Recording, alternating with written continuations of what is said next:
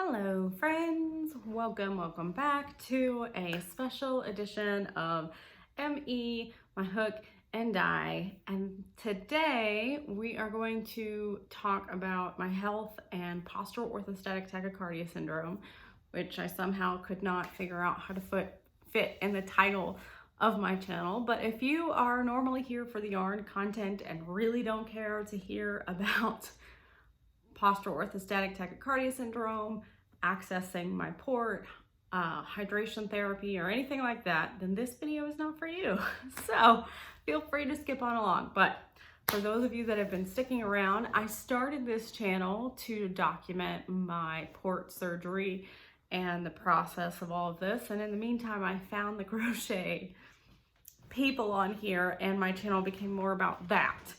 But July 2nd will be, I believe it's July 2nd, my anniversary of getting my port installed.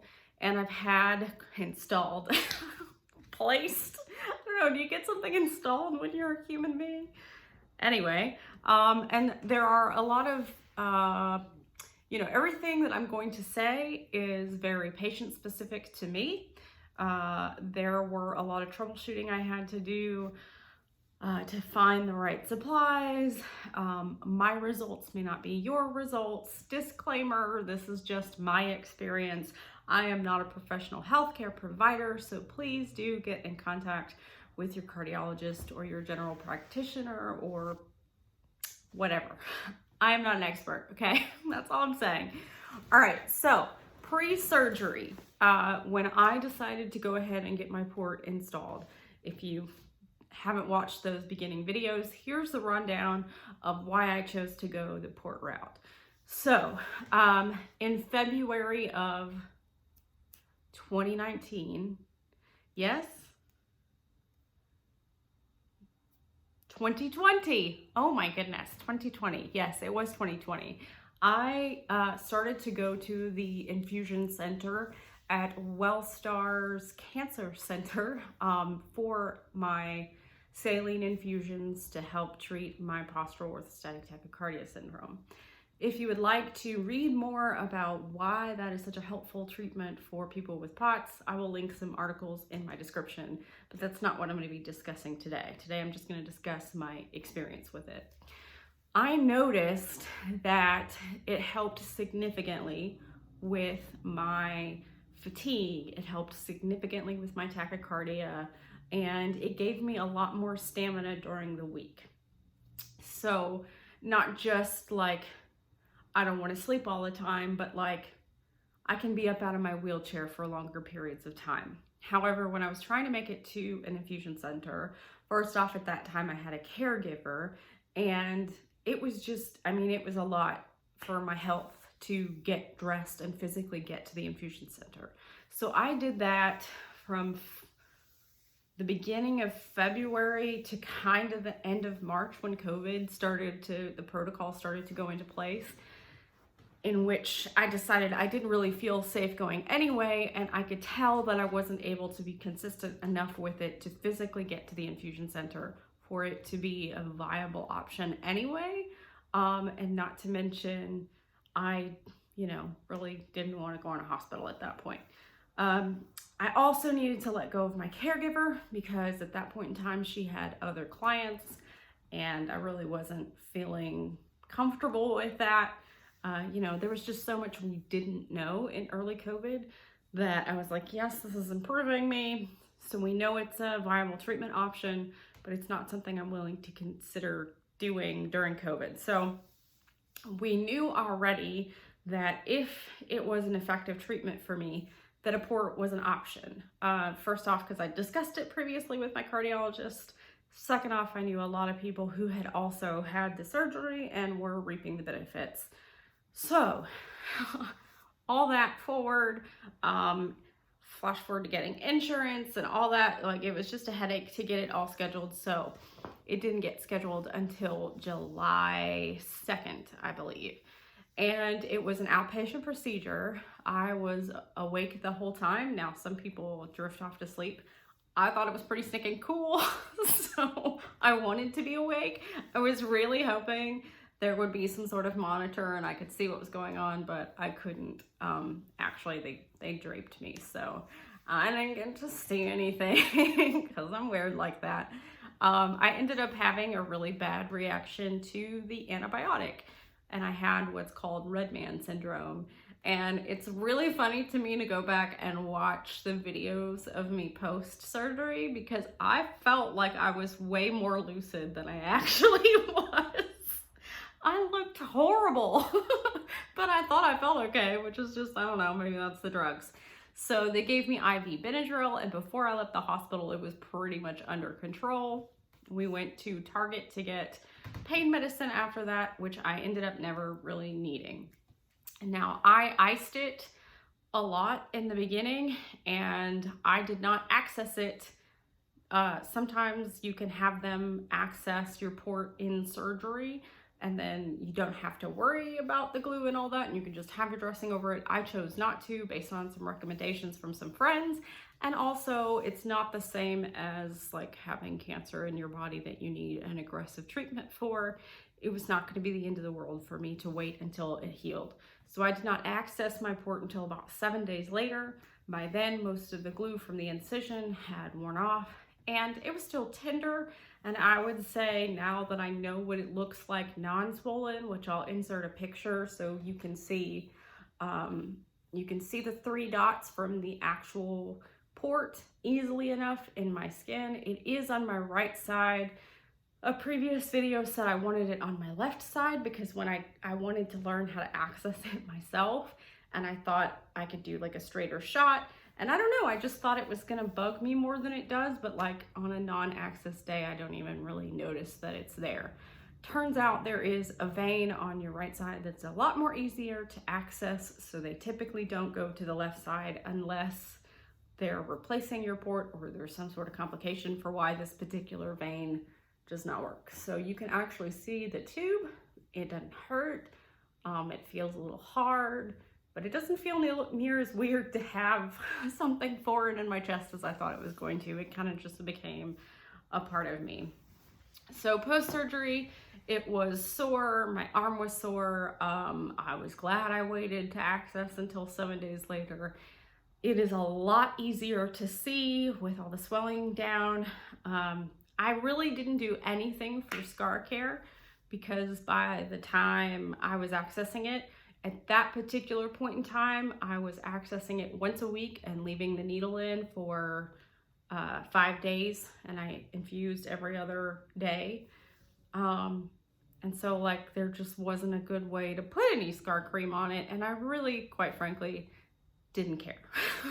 So it rarely shows unless I'm wearing some super scoop neck something, which is not often. So I did nothing for scar care. So if you did like the way that red line looks a year later, you know, maybe you can do something about it.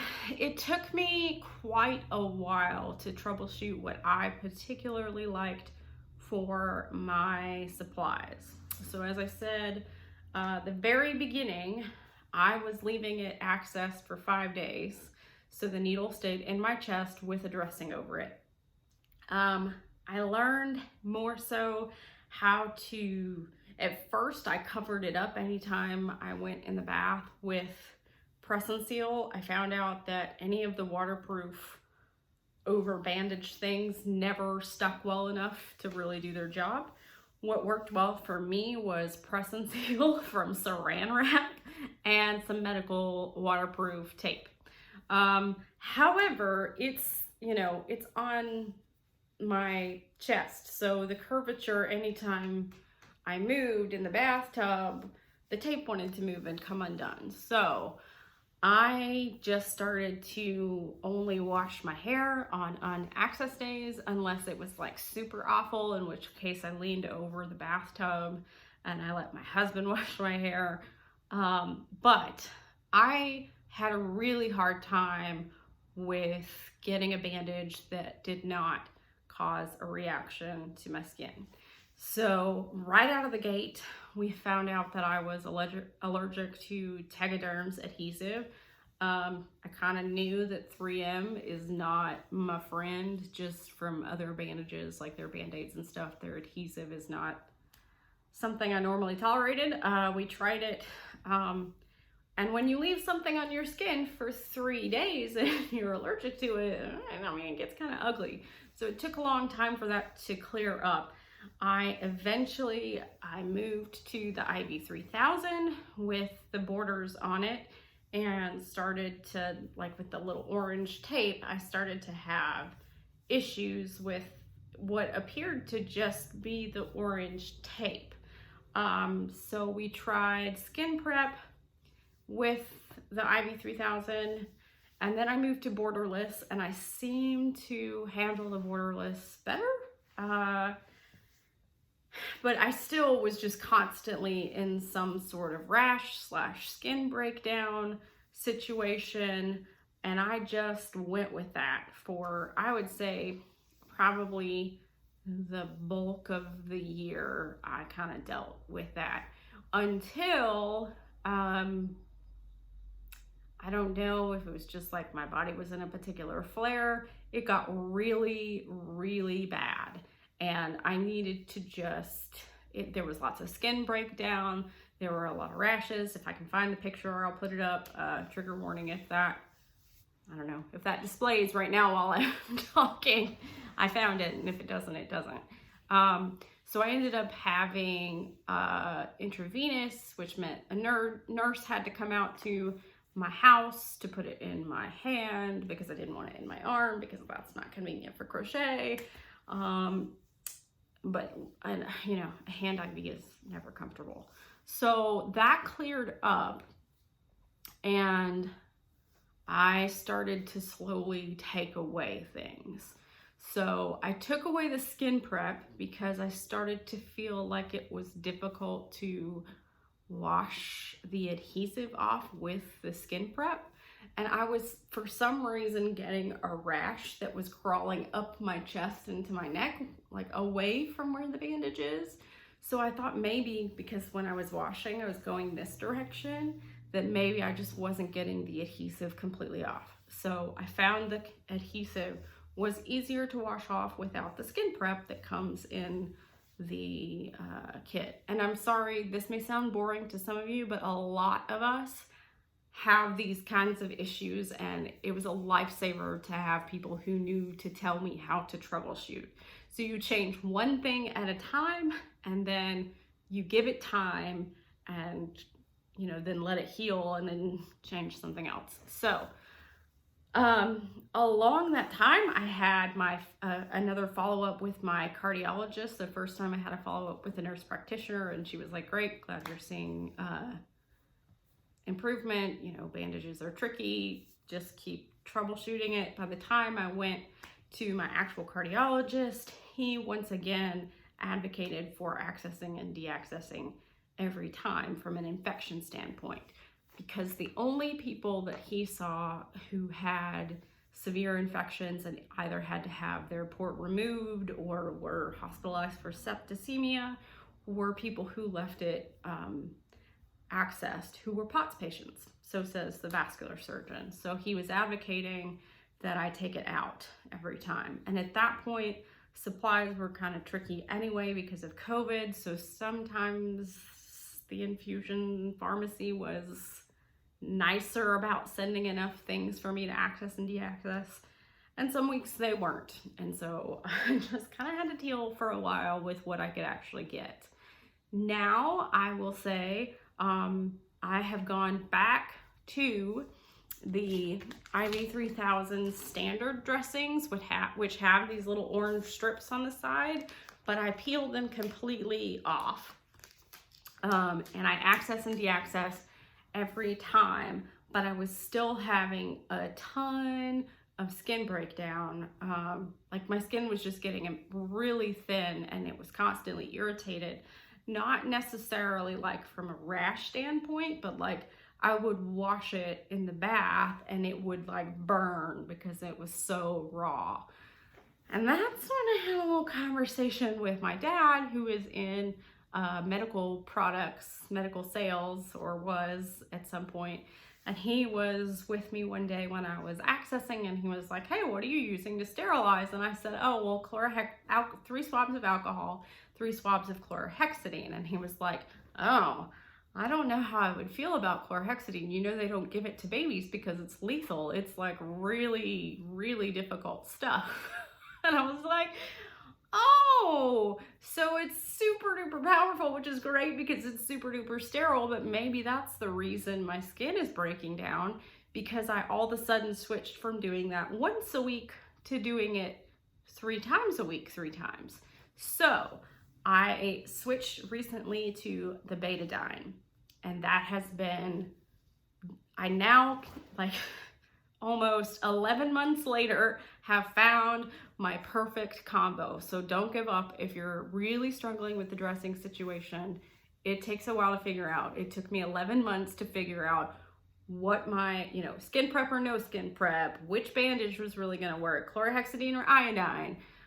So I now use iodine, the alcohol, iodine, or betadine. It looks like this. And I use the IV 3000 standard dressings.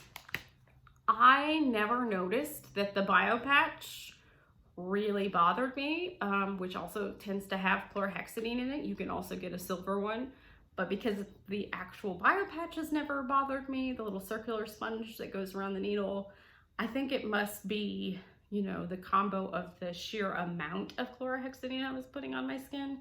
So I still use the BioPatch.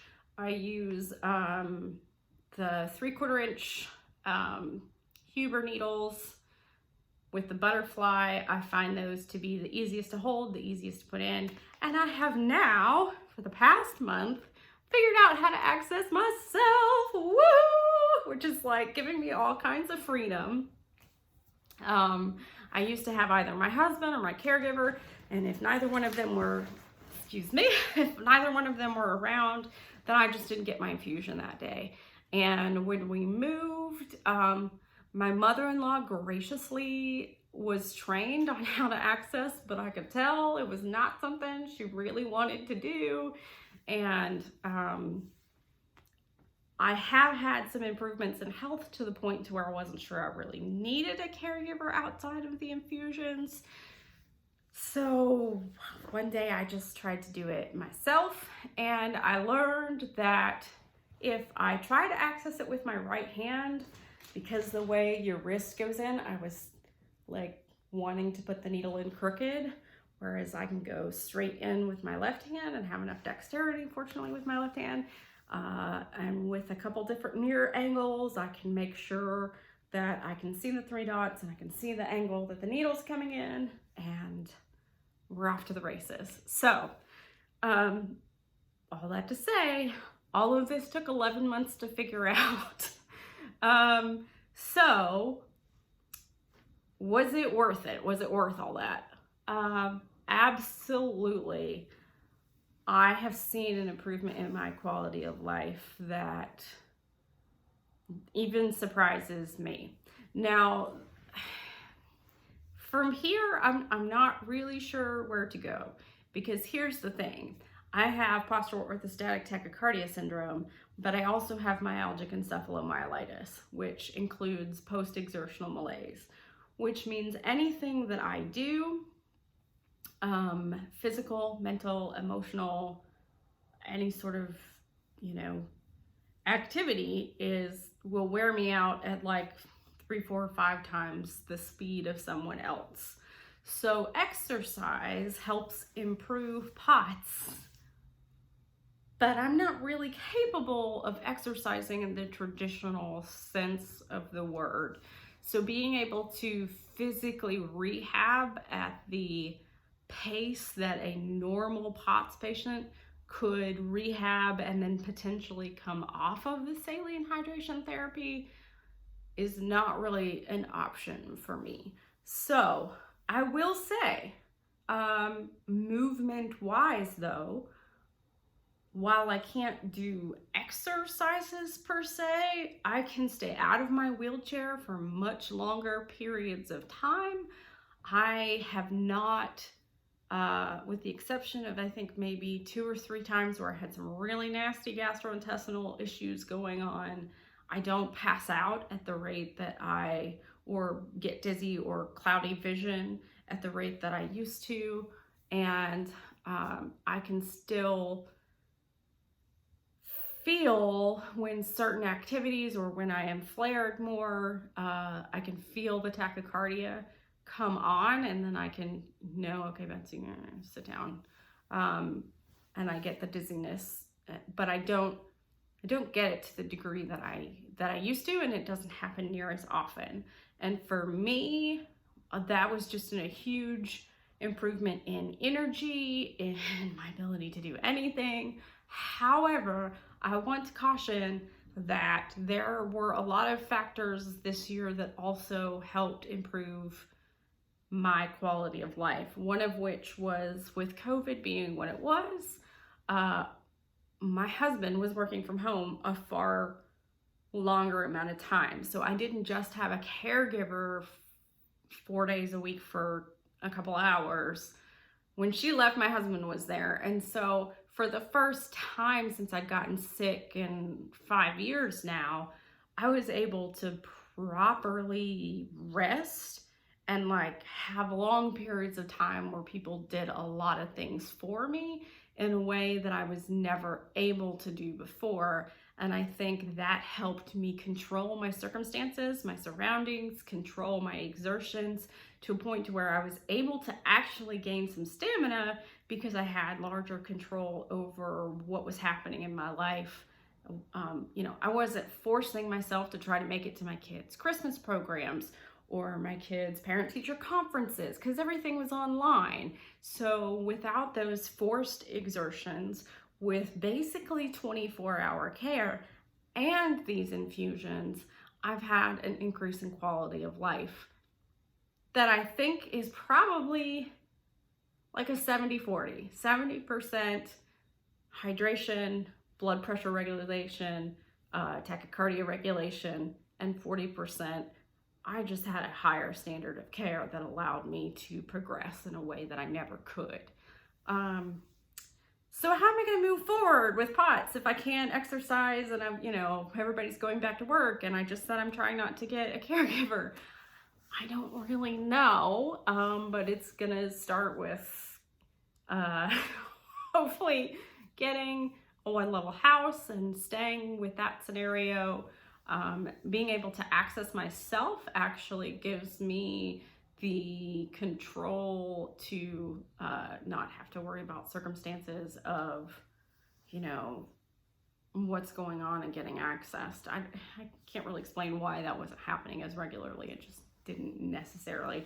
Also, I have to say, Coram, which is the home health pharmacy in line with CVS, is way more consistent and way more generous with making sure I have the supplies that I need when I need it here in Knoxville. So that's a huge blessing. I hope I have just recently found a podcast about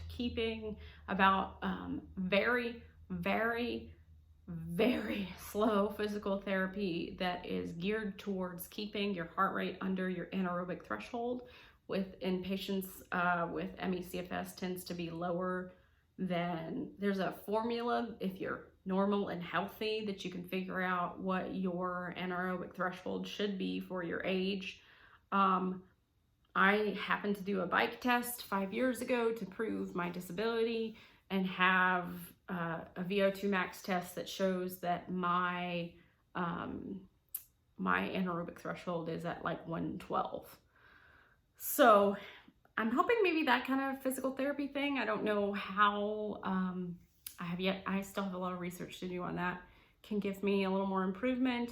I'm hoping not having to take breaks because I'm breaking out and not getting the right supplies, etc., is going to give me even more quality. The one downside, and this is mainly just super vain, is, and I noticed this with beta blockers, when you don't have tachycardia, you're not burning as much calories. So I gained another 10 pounds, which I'm not happy about. At the same time, I feel like that's gonna have to eventually level itself out. If I'm physically up out of the bed more, maybe if I'm physically able to do more, hopefully, eventually, I can get that back down into a reasonable place. I don't know. The other downside is for 3 hours, 4 hours of the day, 3 times a week, I'm hooked up to a bag. And that's annoying. There's no other way around it. That's annoying. But again, I still believe it was such a huge improvement in my quality of life and my ability to do things that I 100% would do it again. Also, I'm super anal retentive about how I access keeping things sterile.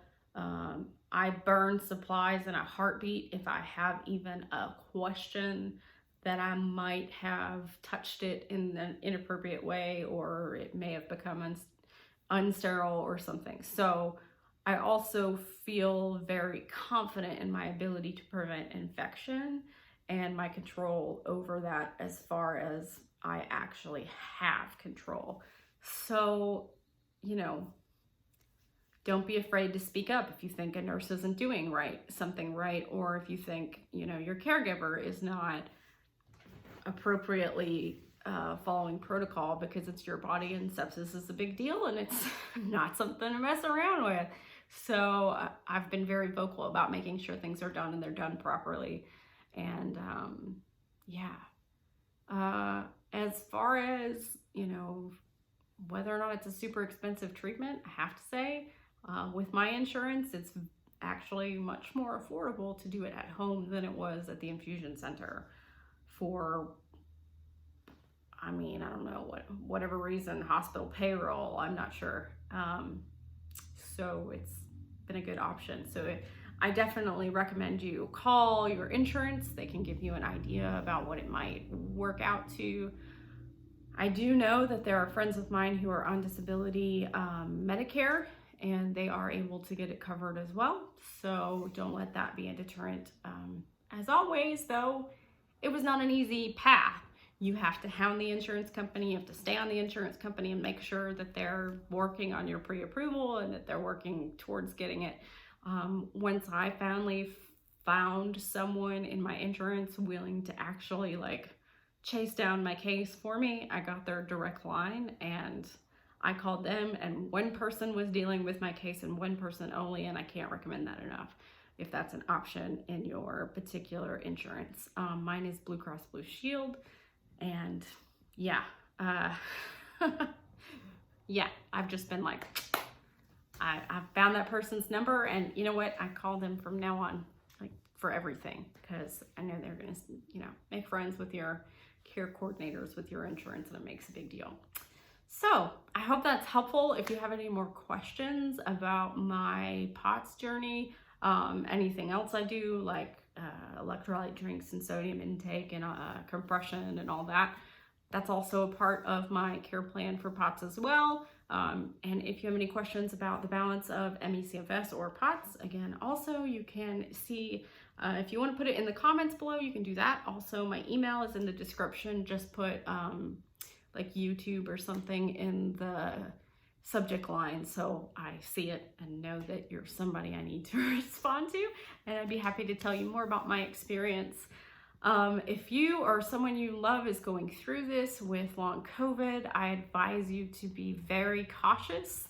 I advise you to pay attention, and if you feel like your response to your physical, mental, and emotional exertions are incredibly disproportionate, then I advise you to do some research on ME/CFS and make sure that you don't have the POTS ME/CFS combo, because you treat them very differently if you do, because exercise can ruin you in ways you don't want to find out if ME/CFS is part of your diagnosis in addition to POTS.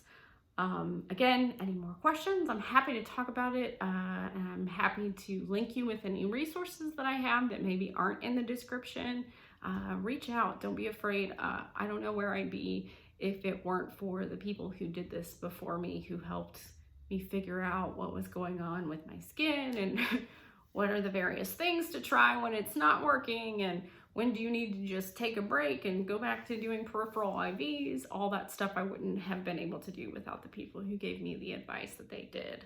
So I am a book of knowledge. Use it.